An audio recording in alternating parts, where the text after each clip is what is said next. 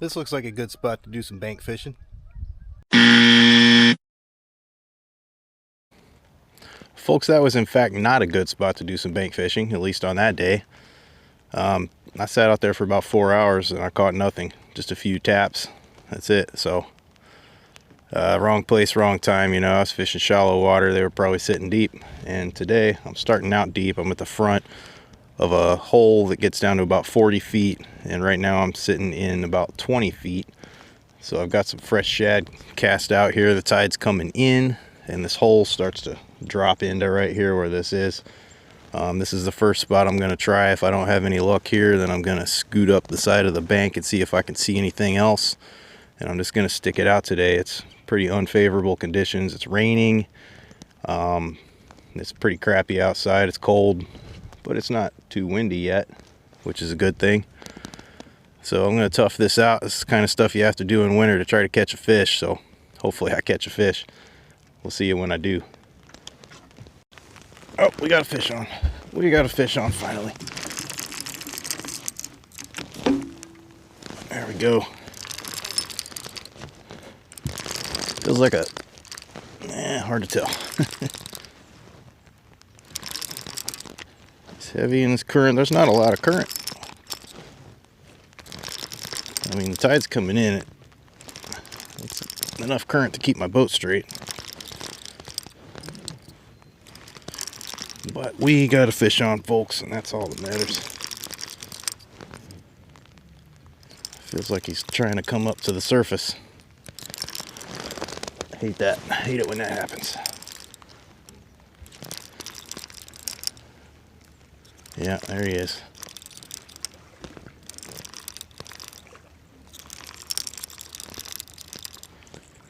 I was about to move. Wasn't much action going on. I'm gonna give this a little bit longer, and if nothing else happens, then I'll just go shallow. He ain't a bad one. Bigger than them fish I was getting in my last video.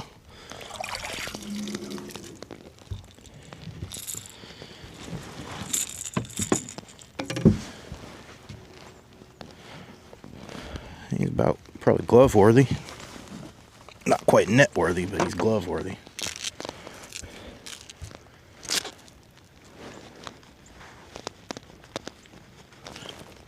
Only other boat out here today I saw was one of them commercial fishermen.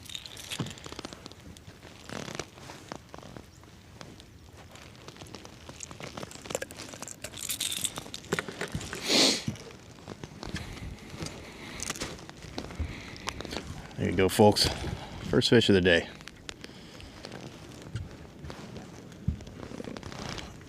We'll get him out of here. I'll give this spot a little longer. You know, the bite's always going to be slow in the winter time.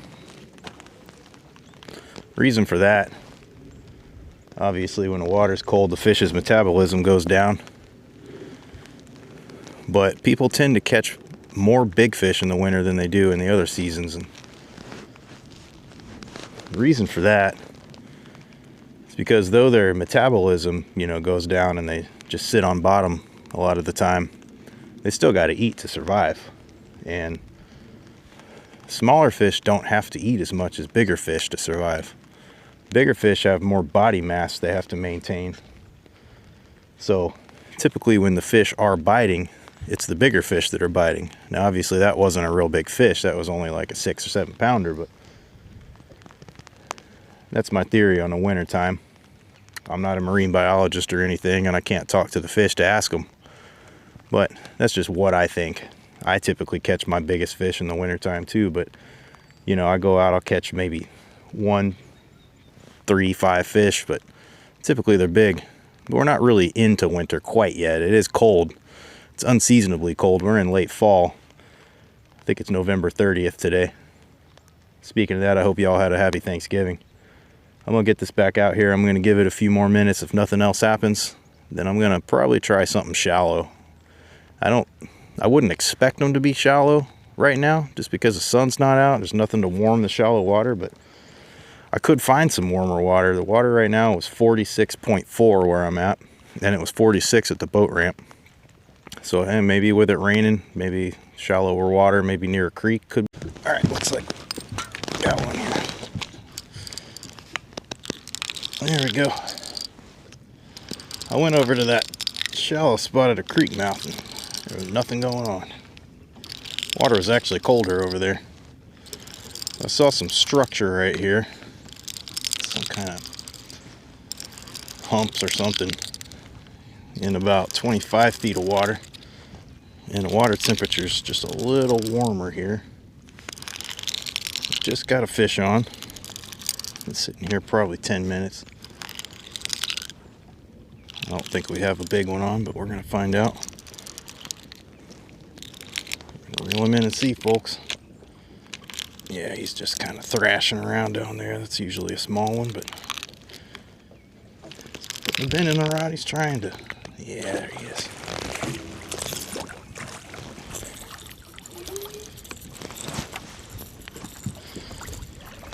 Yeah, that's another fish at least, folks.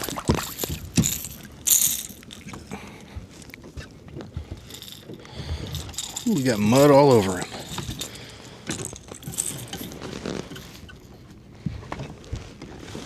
He's wrapped up too. Barely hooked. Whisker hooked right there. Come here now. Oh. Not helping your cause, fish. Alright. He's a little bigger than the last one. He's tensed up. Look at all that mud on that fish. Yeah, they are tight to the bottom today. They don't want to move. There's another fish though, folks. Get him out. Alright, I'll go ahead and tell you a little history piece while we're here, because I try to do that in all my videos when I can. So that spot that I was trying to bank fish on that you saw earlier in the video, where I had that big bank fishing fail, that was the site of an old wharf from the late 1600s that was owned by the Hall family. The patriarch of that family was Richard Hall. The records I could find had him around 1680s when I don't know when he acquired the land or any of that. Couldn't really find anything on it. But I did find records where he owned that and it was a wharf, and you can see kind of in the video where there's some pilings and stuff where that wharf used to be. I don't know how exactly old those pilings are, but what I saw was that he passed that down through about 5 generations until the family moved off to the Baltimore area in the early 1800s. So there's probably all kinds of stuff going on in that area back then, but it's all pretty rural right now. It was probably pretty rural back then, but I'm sure they were making tobacco, and when the river was much wider back then, they were selling it off in longboats and sending it down and shipping it off to England and Europe, which is the story behind quite a lot of different spots in this section of the river. This was a big tobacco area back then. But that's the history piece for today, folks. Let me know what you think about it.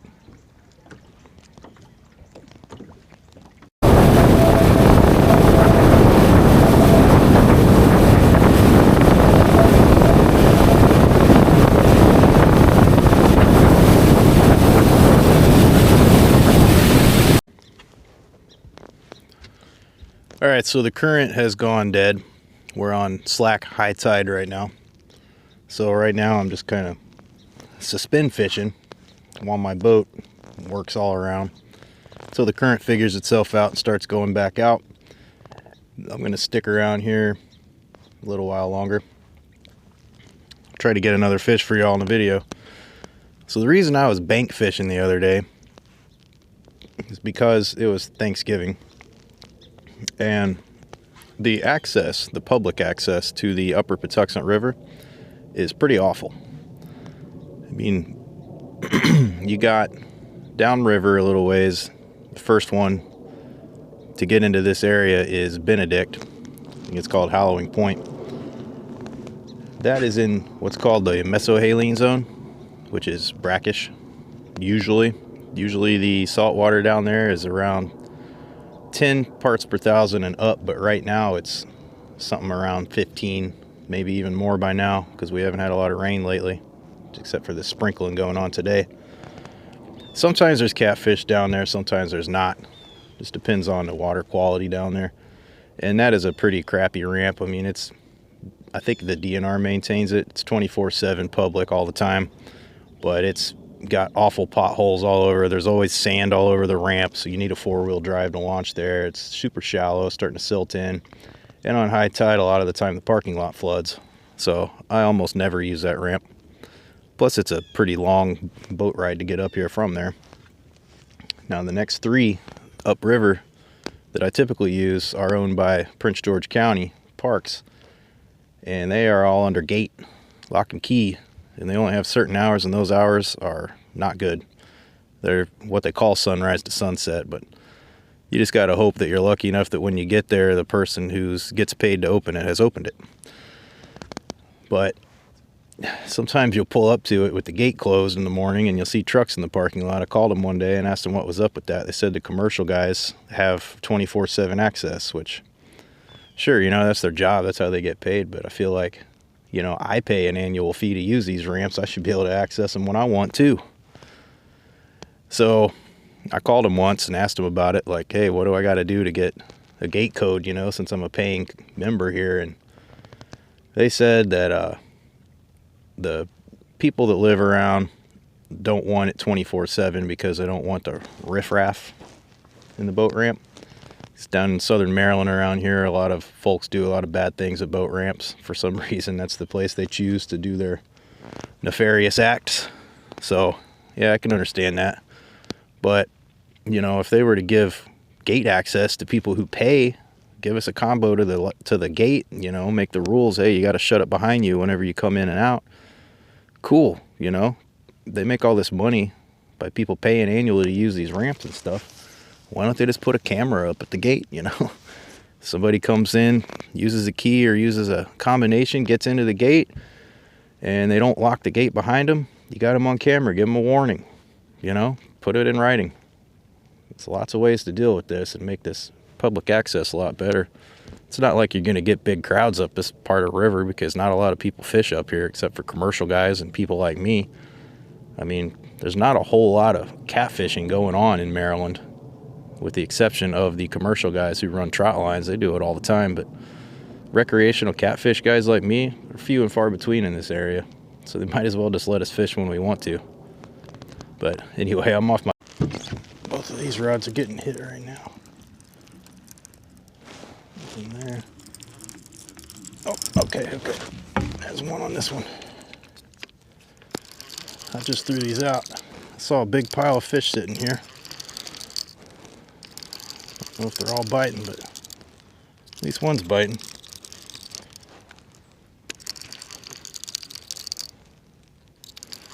There we go. Come on now, buddy.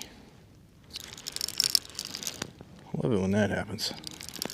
Throw your rods out and one goes down. It's always a good time. Even if it's just these average sized fish. Still fun to catch. Especially when it's out here in the winter time. Come on now. There we go.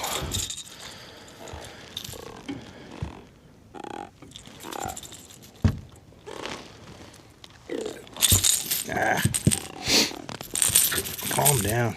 You get yourself all wrapped up. All right.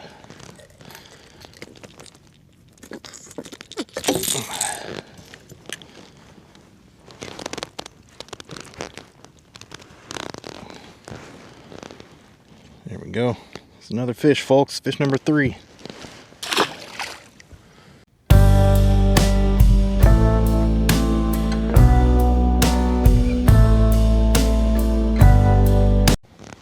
Looks like something's on this one. Yeah. I think this is going to be the smallest one of the day, folks. Something was pecking at this for quite a while. And he finally just managed to get the rod to not exactly bow over. But some pressure got on it and it stayed on it. This is probably going to be a little bigger. Yeah.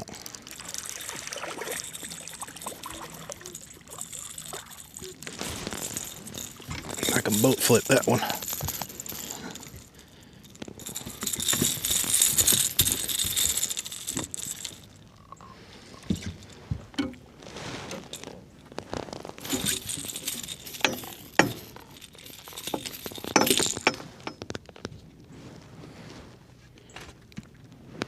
Woo! Alright folks, unless I get a fish in the next 30 seconds or so that I'm standing here talking to you, that's going to be it for me. Rain's starting to come down again. This time it's mixed with some sleet. It's starting to get through my clothes. So, I didn't get that big fish I was looking for today, but you know, you're not going to get a big fish every time you fish. I got 3. That's good enough for me. You know, anytime you come out here and you catch some fish, it's still a good day. The only time I don't fish is when there's ice on the river, so I'll be out here again real soon, and I'll see you then, folks. See you next time.